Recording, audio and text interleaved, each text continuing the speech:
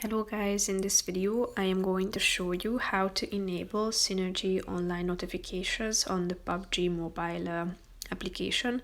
But first I just want to mention, don't forget to subscribe to my channel, because at 10,000 subscribers I am going to show you my whole YouTube revenue statistics and growth strategy, how to make money online. Now let's jump into it. First of all, open the application on your phone. Then go to your homepage and click on this button that you can find down below in the right side corner of the screen. Then tap on settings at the top.